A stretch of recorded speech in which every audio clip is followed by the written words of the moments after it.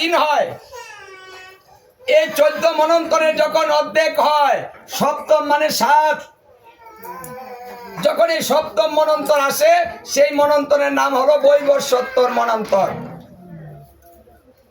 এই বৈবস্বত্তর মনন্তরে অষ্টাবিংশতিতম কলিযুগে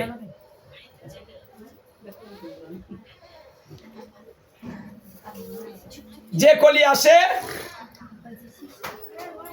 সেই কলিতে ভাণ্ড থেকে এই সুযোগটা তিনি বের করে দেন। আর রাখতে পারছেন না, গচ্ছিত জীবকে দিয়ে দিব এখন, আর উপায় নেই, আর কিচ্ছু দিয়ে কিচ্ছু করা যাবে না। কারণ কলির এত দৌরাত্ম হয়েছে যে জীবকে আর সহজে মুক্ত করা সম্ভব নয়। মানুষ ধর্ম করে না, ভালো কথা শুনে না, গুরুর কথাও শুনে না, মন্ত্র নেয় সবাই বলে গুরুদেব সব দিয়ে দিলাম, মানে মন্ত্র নেয় সবাই সবকিছু অর্পণ করে দেয়।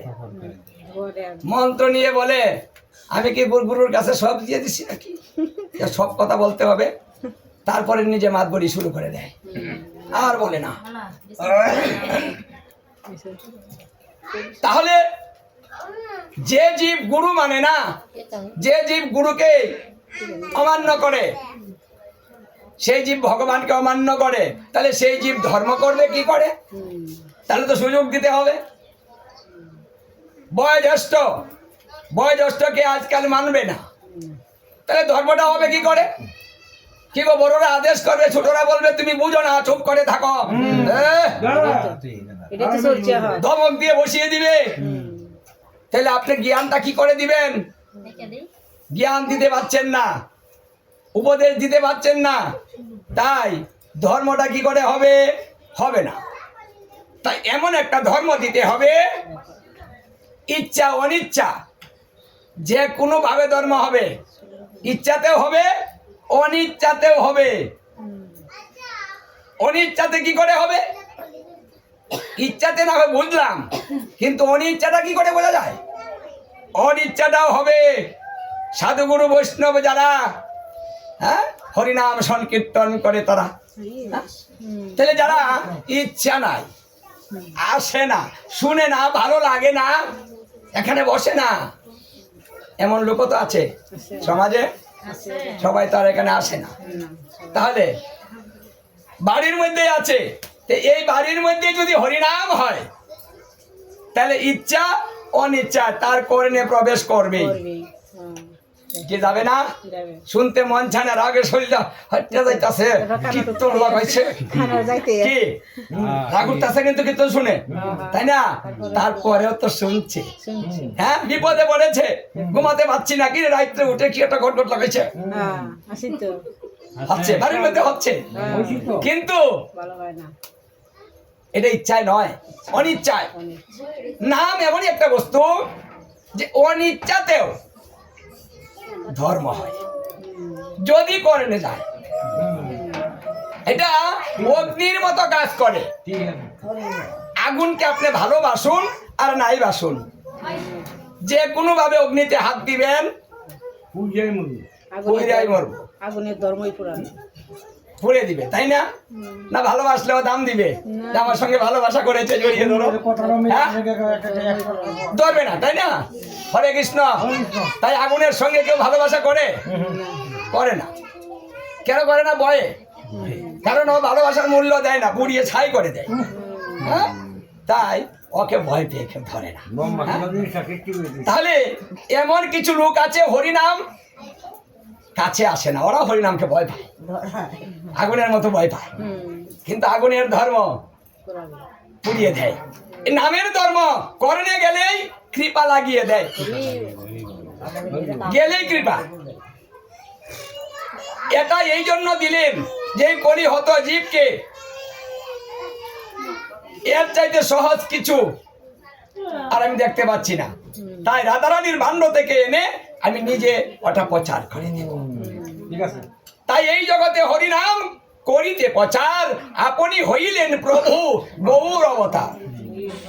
তিনি গৌর অবতার হইলেন, নিজে সেটা নিয়ে এলেন, জীবের হাতে ধরিয়ে দিলেন, আমি কোনোদিন কোনো কালে কোনো মনান্তরে কোনো কল্পে কোনো যুগে জীবকে নিজের হাতে কিছু দেইনি, তাই এবার আমি নিজের হাতে দিতে চাই। তাই আমি কি হব? ভক্ত হব। ভক্ত বেশ ধারণ করে জীবের ধারে চলে যাব, ভক্তের সঙ্গে কোলাকুলি দিব, ভক্তকে জড়িয়ে ধরবো। এটা আমার স্বাদ, আমার স্বাদ মিটাবো।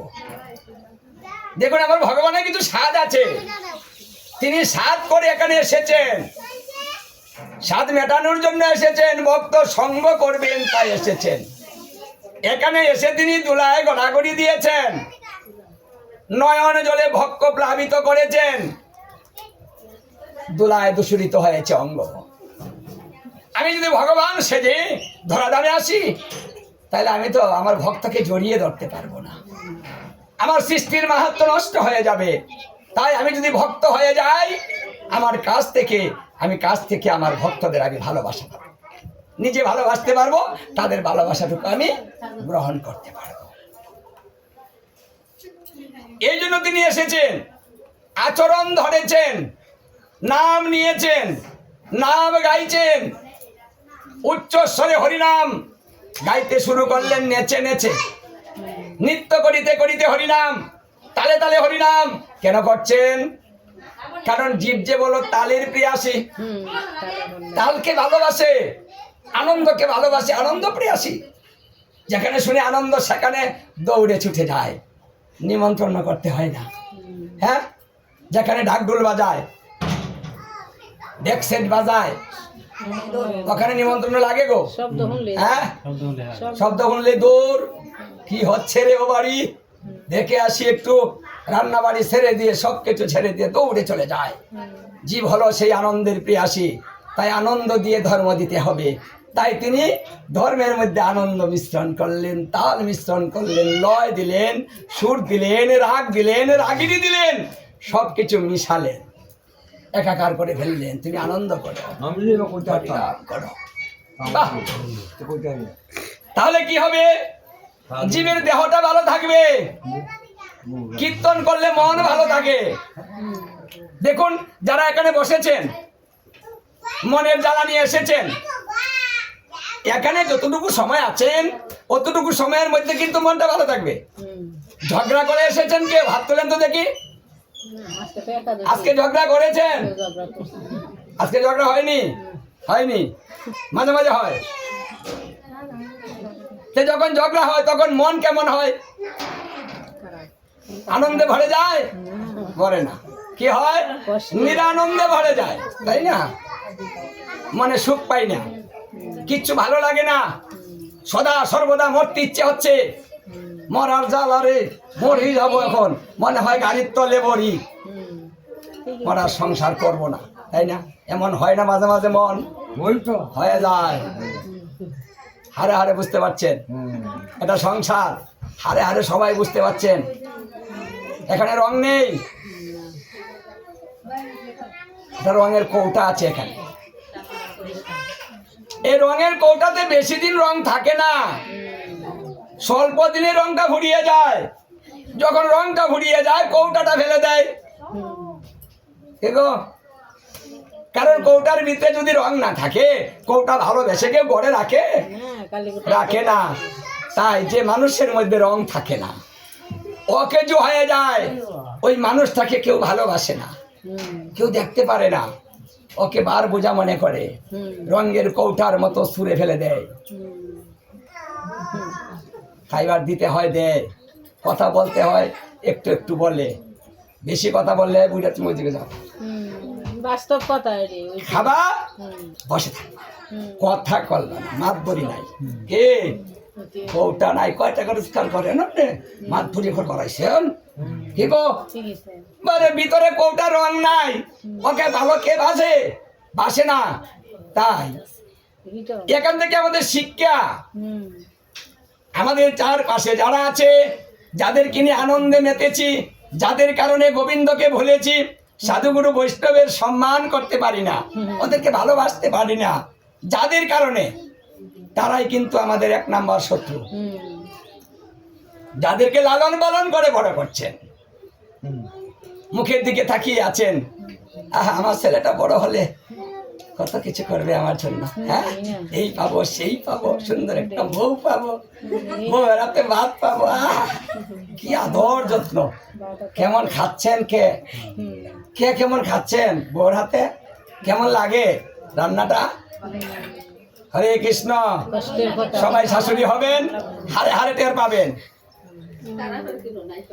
মানে এই সংসারটা এমনই হয়, বিশেষ এটা ধারাবাহিক ভাবে চলছে, এর ব্যতিক্রম কেউ নয়।